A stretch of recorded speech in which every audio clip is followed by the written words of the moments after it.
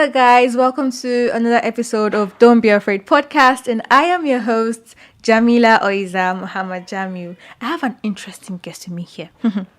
And his name is Fisayo Fosudo, a tech influencer.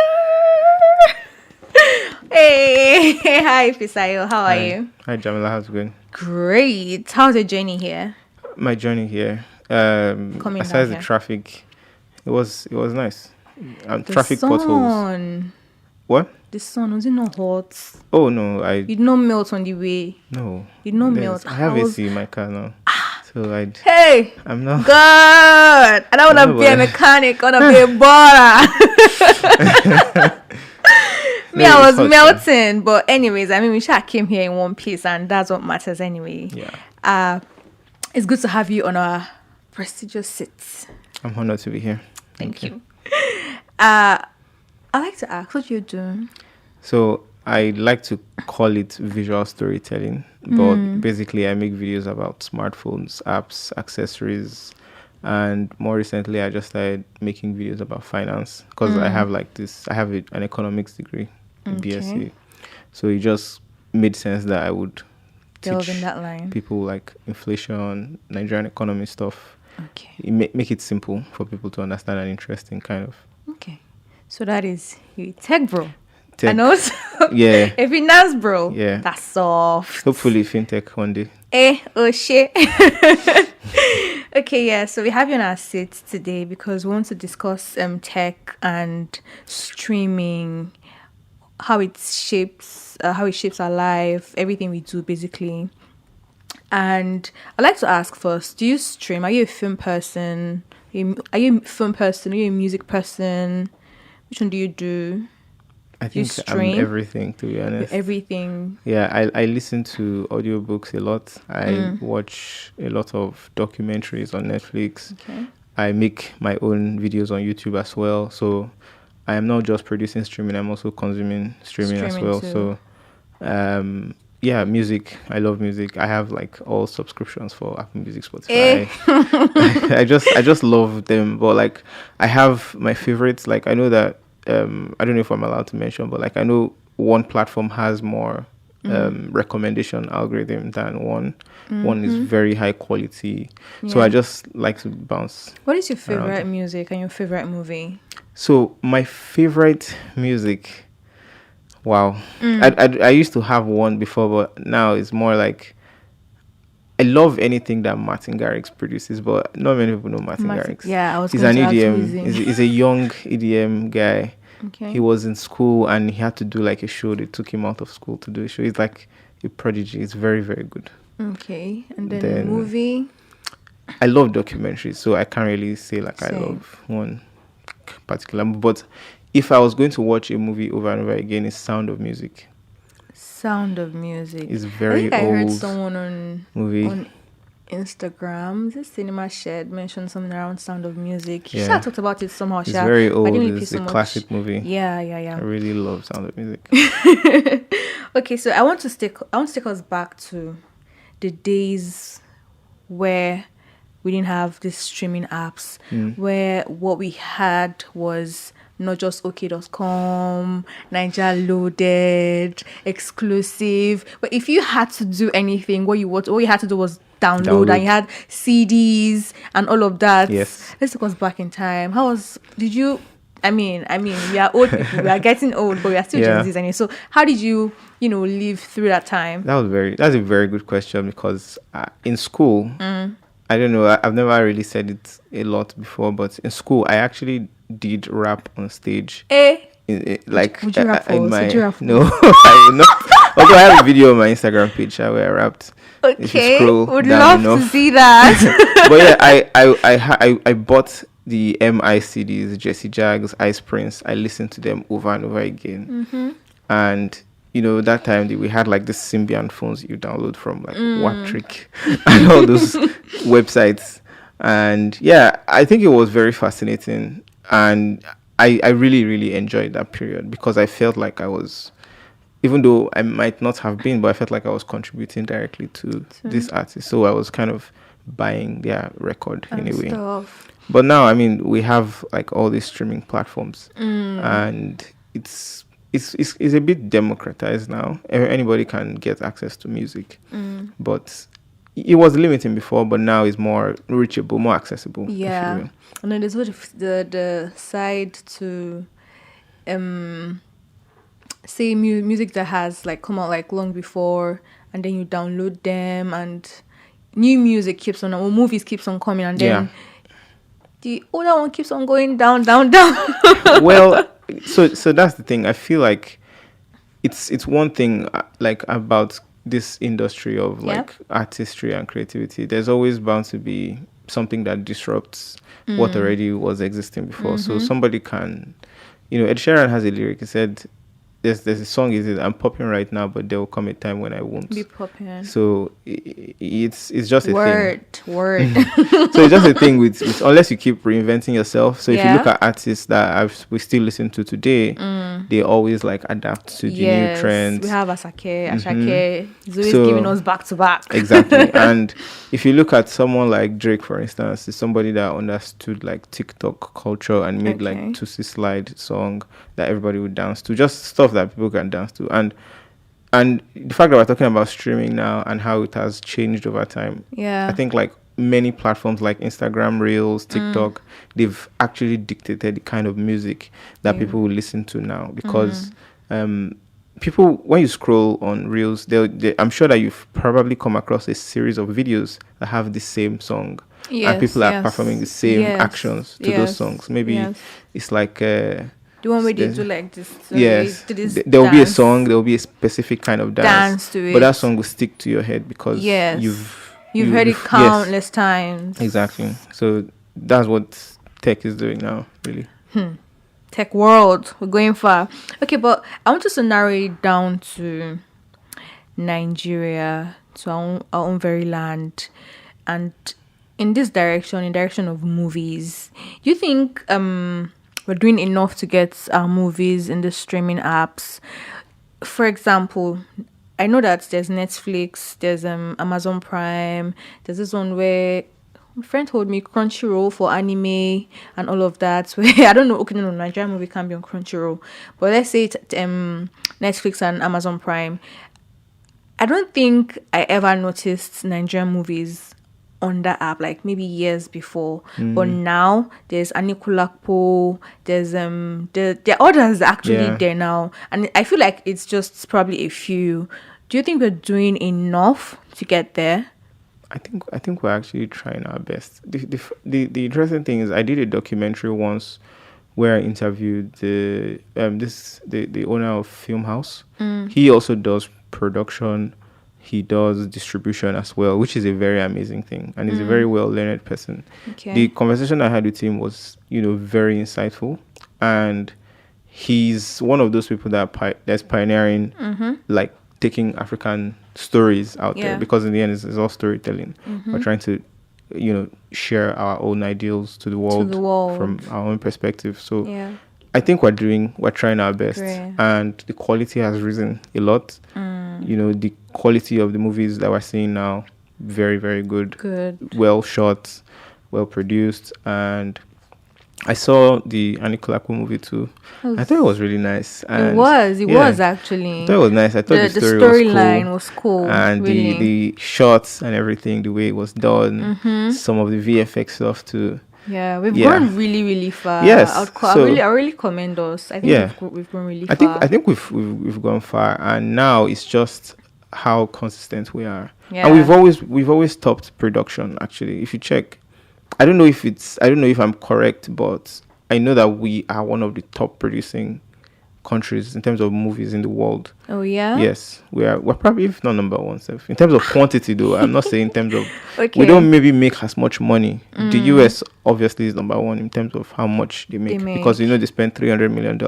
Yeah, they spend a lot of money. Yes, they invest in their movies, and then actually. they have to make that money back. You hear something like box office flop, where they spend $300 million on a movie, and then they make like $200 million. They made money, but $100 million is lost. It's supposed to go higher in the than end. that. So they're supposed to make that money back. But I don't know if we have reached the point of spending those amounts yet. Yeah, she's but still making money. yeah, where we are, and I feel like it will eventually come to that point. Maybe when there's this tweet I saw where they said that Nollywood will soon require VFX people and people that understand like the quality of production. Yeah. So we are already good at telling those stories. I think we should just make it more, have that. I don't know what to call it, but there's just a thing about it. Make it feel very beautiful, Good. more beautiful. And become it is beautiful consistency. already. Yeah. Too.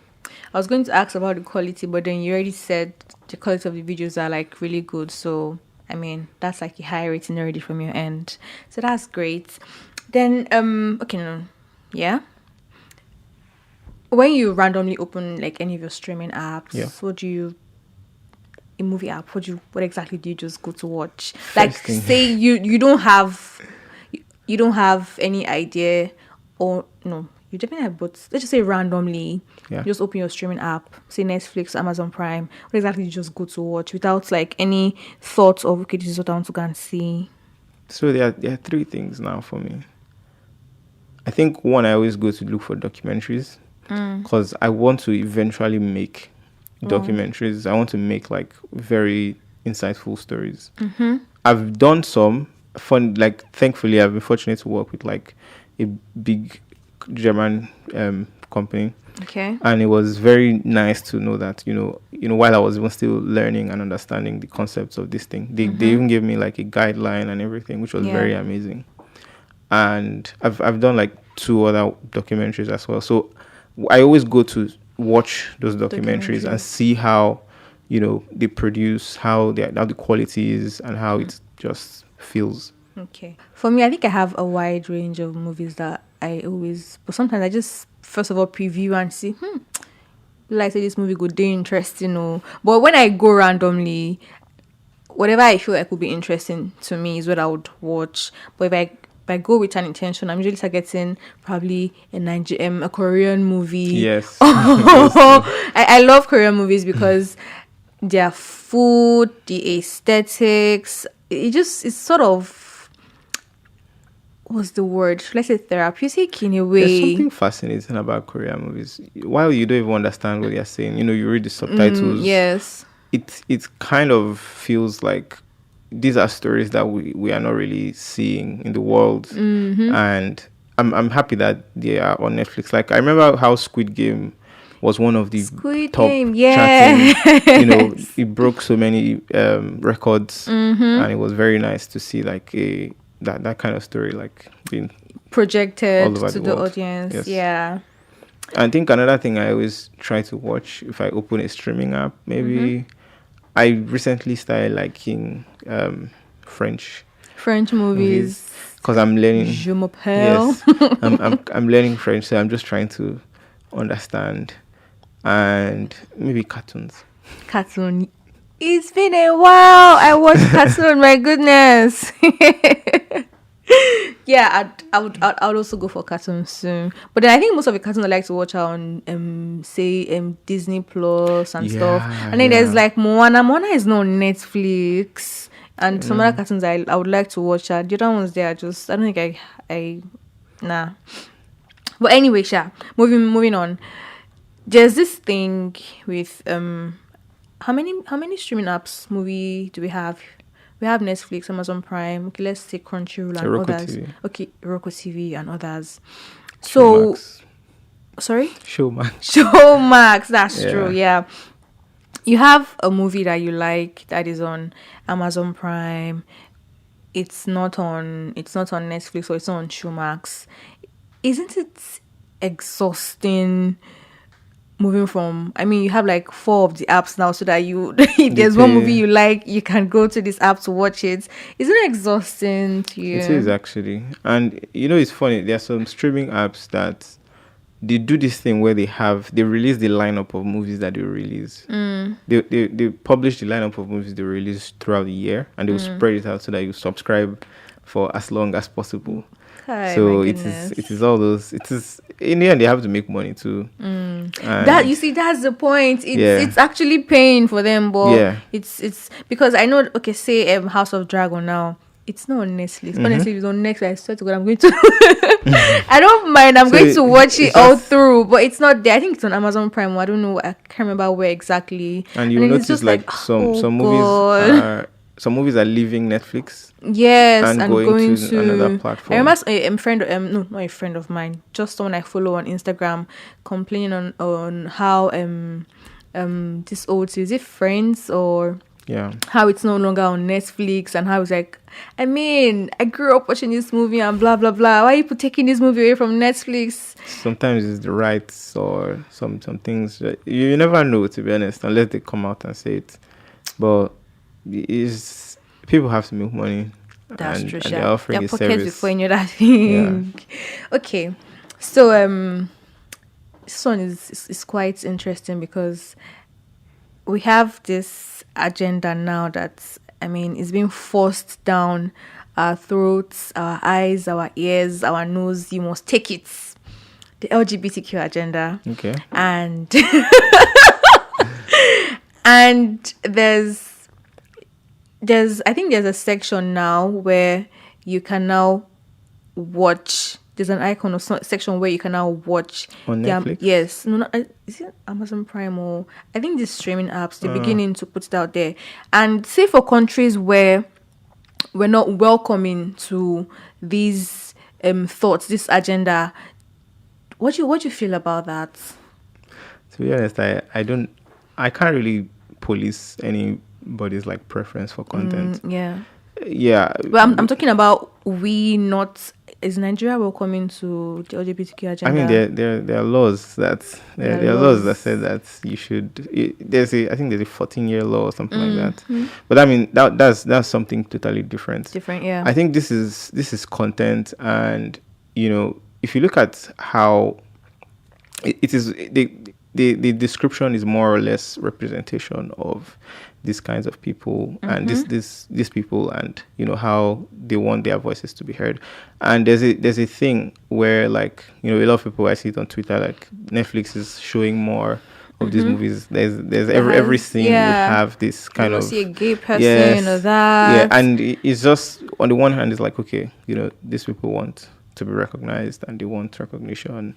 And for a country like Nigeria, I understand why it would probably be jarring for people, because we're not used to that. my worry, I worry because I mean we were adults already, and we know left from right, and we can say, okay, either I want to do this or I don't want to do this. But we have kids that is stream Netflix now, and I mean, you don't want them getting to know about these things at such young age. So and all that's of that. why these apps even have parental controls. There's a section where you can block off, Okay. I mean, obviously, you don't give them the pin to watch. Yeah. Netflix even password protects content that is supposed to be 18 plus. Okay. So you don't give them the pin, you turn on parental controls.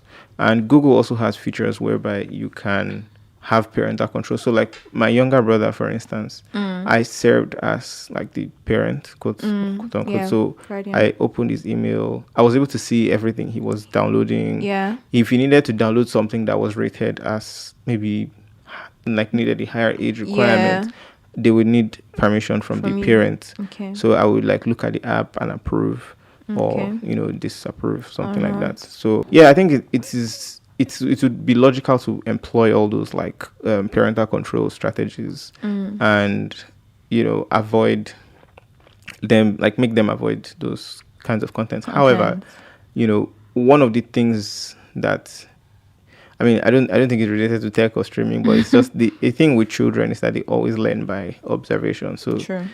they don't care about what you say, it's what you do. And if it is the kind of content you consume, chances are they might Consume it pick too. up interest in Such it. naughty creatures. So they learn by saying what you do. what you do rather than what you say. Okay, so where do you think tech streaming is going to be like in the next few years? This is a very interesting question. I saw something on like Facebook recently released this VR glasses, or is it AR actually? It's augmented reality, and it's as somebody that uses I use a very huge monitor when I'm editing.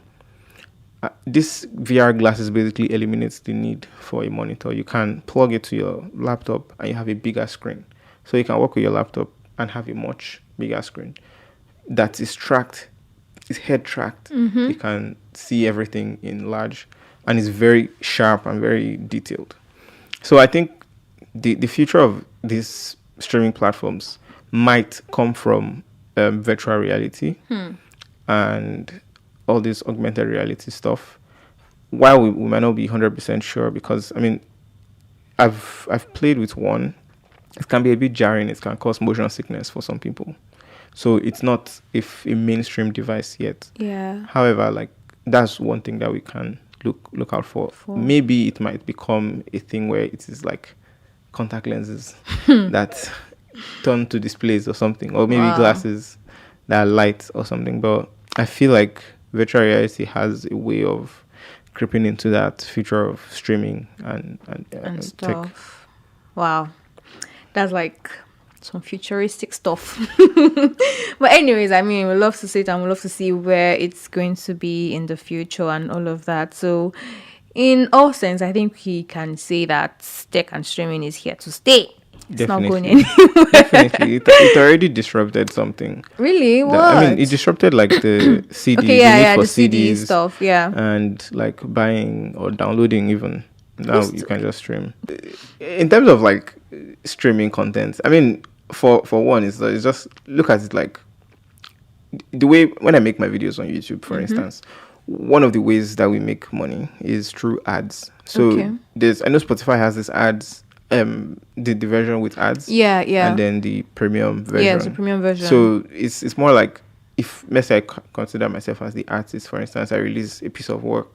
When there are ads, I get a share of the revenue. It's the same thing with Spotify. When people stream artists' music, they get a share. So maybe if people download it, they might not make money, and it's kind of like eating into their work. Oh, that's the jig. Yeah. I see. All right. Thank you so much for enlightening us. 5 movie or documentary recommendations. I mean, I'm a movie person. I love movies so much. So, I mean, for fans out there like me that like to watch movies a lot, or documentaries like you. So, Formula One Drive to Survive. Is it Drive to Survive? The Formula One documentary. Take notes, people. Drive to Survive. The documentary is very inspiring because I never knew about Formula One. I mean, I heard of Formula One, but when I watched that documentary, I was just interested in everything Formula One. I started reading about it. I just was looking for everything I could find on like the drivers, Lewis Hamilton, and all this other guys. Okay. Another documentary, or not necessarily documentary, is more of an interview, is David Letterman's. It's an interview. He interviews like celebrities. I don't know what it's called. But I know it's by David Letterman. It's on Netflix as well. Formula One Drive to Survive is also on Netflix.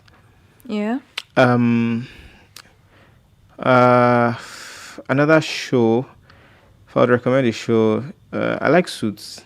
Suits. I like it, but it's long. It's long. Yes. Yeah, it's long. It feels very tongue in cheek. It's nice. Yeah. Another one I like. Is this one? I think it's called The Startup. It's a Korean movie, is it? No, it's not. It is. I think it's American. They shot in Hawaii or something like that. I think it's a Korean movie too. Yeah. Okay. It's and then Breaking Bad. Breaking Bad. Yeah. Indian. No, Indian. Indian. Breaking Bad is a classic movie. It's a classic series. I don't know if I'm allowed to say what it's about. Sure, I mean. It is yeah, I don't know. It's about crime. Okay. And this professor that entered a life of crime, and Okay. he became so absorbed in it. And it's a very realistic Movie. series. Yeah, it's very realistic.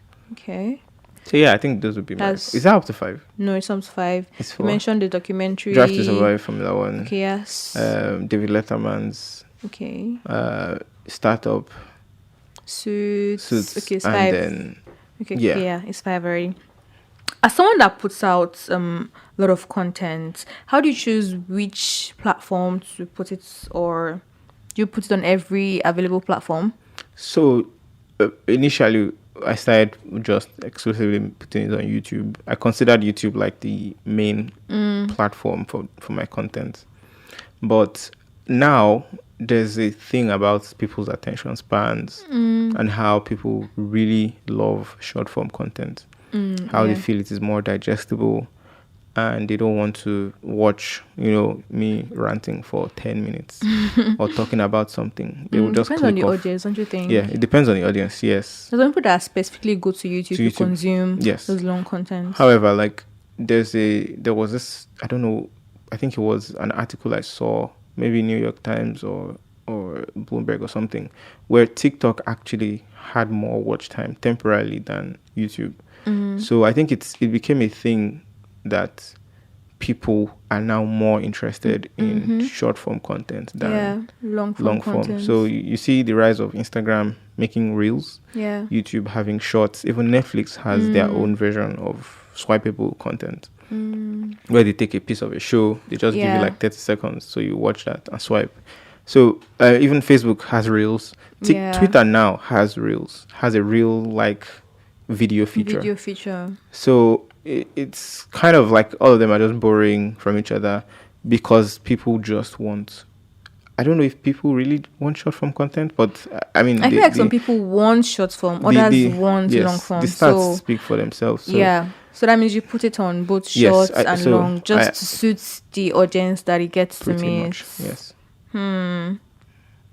So that's the thing I was talking about, like adaptation. You have to reinvent. If I maybe just say I want to stick to long form content, it might work, but I might not. I might neglect the part of the audience that wants Yeah. just digestible short form content. Okay, so the content you consume is majorly short form. I consume long form content more. Okay. I don't. If I feel like once I start, like if I go on TikTok, I don't even know. I can spend like 30 minutes and I'm just swiping on different things. Yeah. So I prefer long form content, especially like if it's educational and I Yeah. can learn from it. Does short term content work? Does it last more? Which of them last like longer in people's memories? So there's this thing I read once about how people can get to know you. I don't think it's about whether it's short form or long form. I think it's just the time the audience spends with you. I don't know how factual Or how you're it able to is. carry them through Yes. the while? I don't know how factual it is, but if the audience or the person viewing spends 7 hours watching a variety of your content, they kind of feel like they already know you. That's if you are doing a good job. They feel like they know you and they know your preferences. Yeah. And this is not 7 hours at a stretch. It's 7 hours in different days, different Yeah. things you've put out. So I think if you can put out a bunch of short form content and expose your personality and talk about what you like, your preferences, I think people can relate to you. To you. But the same thing with long form content. If they spend time watching a series, a couple of your videos, that's how people can also get to relate to you. So I think they both kind of work hand in hand. Hand in hand. Yeah. Yeah, I would say so too, because I consume short form content and I also do for long form. Long form. But it just depends on if I'm watching something that is long, don't bore me. Yeah. True. Don't bore me. Everything you're saying has to like hit the nail, and you have to like carry on. Well, you have to carry me along. You get, and if it's short form too. I mean, people went from making short comedies to, I mean, we have a minute, we even have 4 minutes comedies Yeah. and stuff like that. Yeah. So I think that the transition, they understood. We're not having Craze Clown do the shorts for how many minutes it used to be 30 then. seconds, 1 Yes. minute. Now we're having like 1, 2, and the Yeah. others like that. So yeah, basically, I mean. we've progressed. Yeah. I feel like they're both here to mix each other, short and long They form. form a balance. Yeah, they do. Thank you. Thank you so much for your time. Thank you for having us. Thank you for gracing our prestigious chair. Thank you very much. Thank you for having me. I enjoyed this conversation. I did too. Yeah. Honest, I did too. So guys, I hope you guys had a great listen. We had fun doing this. So make sure to follow Fisayo Fosudo on his Instagram handle at Fisayo, right? Yeah, Fisayo Fosudo. Fosudo. And then follow us, Playhouse Communication, on our Instagram handle, on LinkedIn, Twitter, Facebook, and let us know in the comment section which app you stream the most. Hope you guys have fun. Bye.